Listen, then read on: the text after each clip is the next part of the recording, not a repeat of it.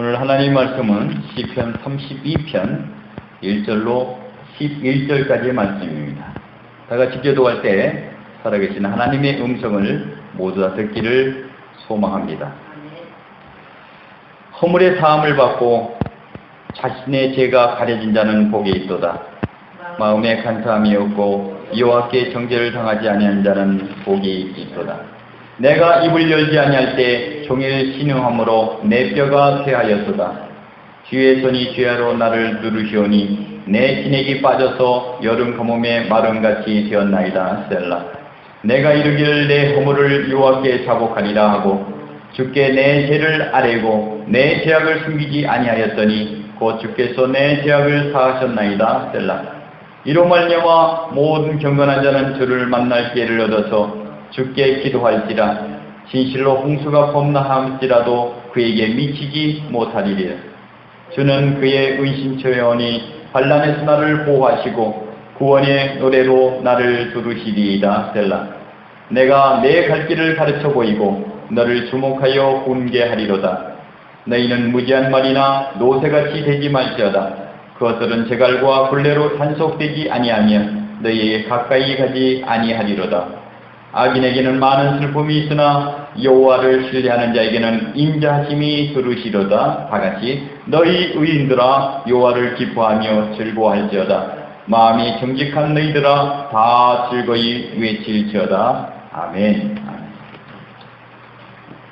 우리의 혈관이 건강할 때는 활력 있는 삶을 누릴 수가 있습니다. 만약에 혈관이 막히면 심각한 병으로 인하여 사망하게 되는 것입니다. 오늘 다윗도 우리에게 영적인 혈관을 뚫으라고 말하고 있습니다. 회개는 영적인 혈관을 뚫는 것입니다. 회개는 우리에게 새롭게 합니다. 다윗이 회개를 해서 어떻게 하나님께 나가는지 본문을 통해 상고했으면 좋겠습니다.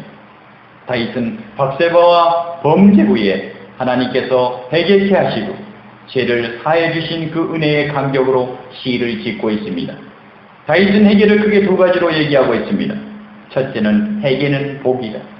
두 번째, 회개는 아주 자연스러운 것이다 라고 말하고 있습니다. 죄와 하나님의 영은 공존할 수가 없습니다.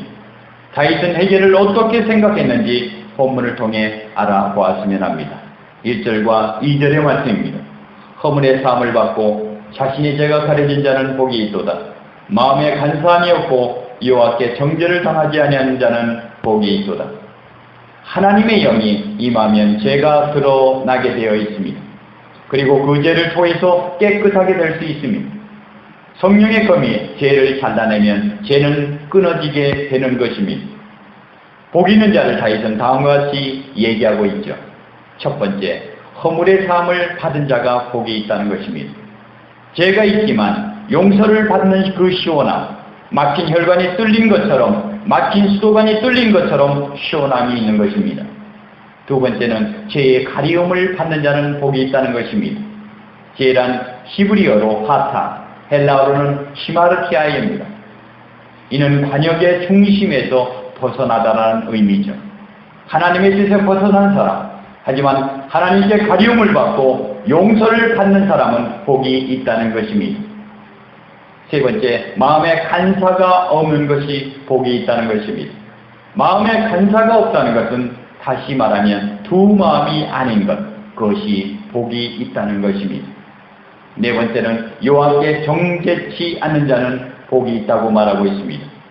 하나님의 심판을 면할 수 있는 사람, 예수 그리스도의 피로 용서받은 사람, 그 사람은 복된 사람이라는 것입니다. 3절의 말씀입니다.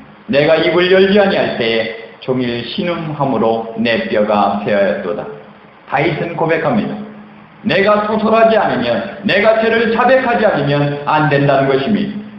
내가 우리 안에 있으면 뼈가 쇠합니다. 뼈가 녹습니다 라고 말씀하고 있습니다. 여러분, 죄악을 버리십시오. 죄악을 토하십시오. 죄악을 잘라버리십시오. 4절의 말씀입니다. 주의 손이 주야로 나를 누르시오니 내 진액이 빠져서 여름 가뭄에 마름같이 되었나이다. 셀라. 죄의 노예가 되면 주의 진노가 임할 수가 있습니다. 그래서 죄를 피해야만 되는 것입니다. 죄를 지어서는 안 된다는 것입니다.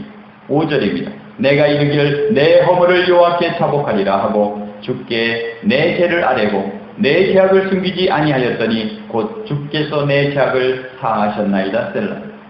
주님께 항복하십시오. 죄를 아뢰십시오. 그리고 죄의 노예로부터 벗어나십시오. 죄의 자유함을 느끼게 될 것입니다. 주님에 의해서 자유함을 맛보는 은혜의 하루가 되기를 주님의 이름으로 축복합니다. 6절과 7절의 말씀입니다. 이로 말미암아 모든 경건한 자는 주를 만날 기회를 얻어서 주께 기도할지라.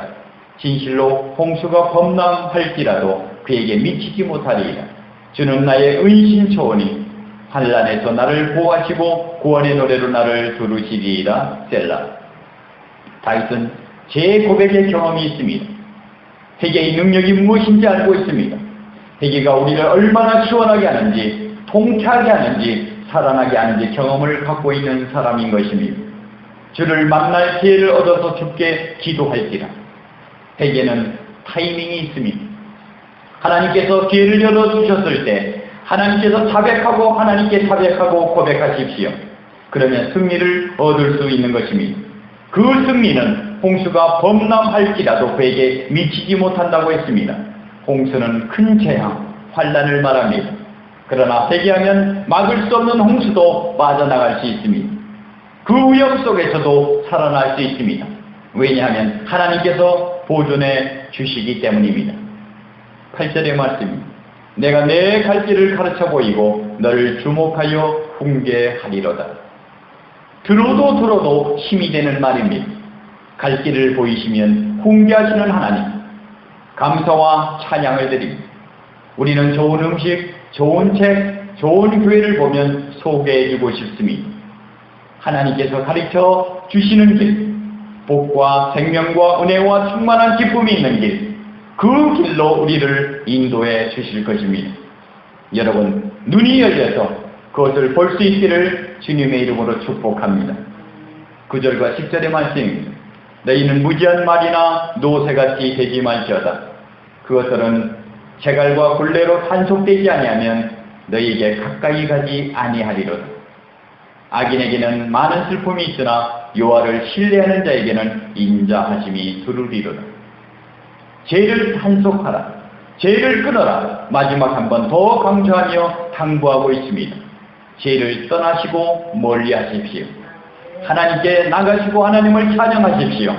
진실로 홍수가 범람할지라도, 악이 진칠지라도, 전쟁의 위협이 있을지라도 하나님은 여러분을 안전하게 보호해 주실 것입니다. 마지막 11절의 말씀입니다. 너희 의인들아 여호와를 기뻐하며 즐거워할지어다. 마음이 정직한 너희들아 다 즐거이 애칠지어다. 아멘. 의인들은 죄를 자복하는 사람을 말합니다. 오늘 의인의 기쁨이 넘치길 바랍니다. 죄를 떠나서 의로운 하나님의 영광으로 평강으로 이르는 복된 하루가 될 수 있기를 주님의 이름으로 축원합니다. 기도하겠습니다. 존귀하신 아버지 하나님, 죄에서 떠나게 하여 주시옵소서. 죄를 묵상하지 않게 하여 주시옵소서. 하나님께 달려나갑니다. 하나님의 품에 안기기를 바랍니다. 주님을 즐겁게 찬양하는 죄로부터 해방된 자유로운 삶을 살게 하여 주시옵소서. 예수님의 이름으로 기도드립니다. 아멘.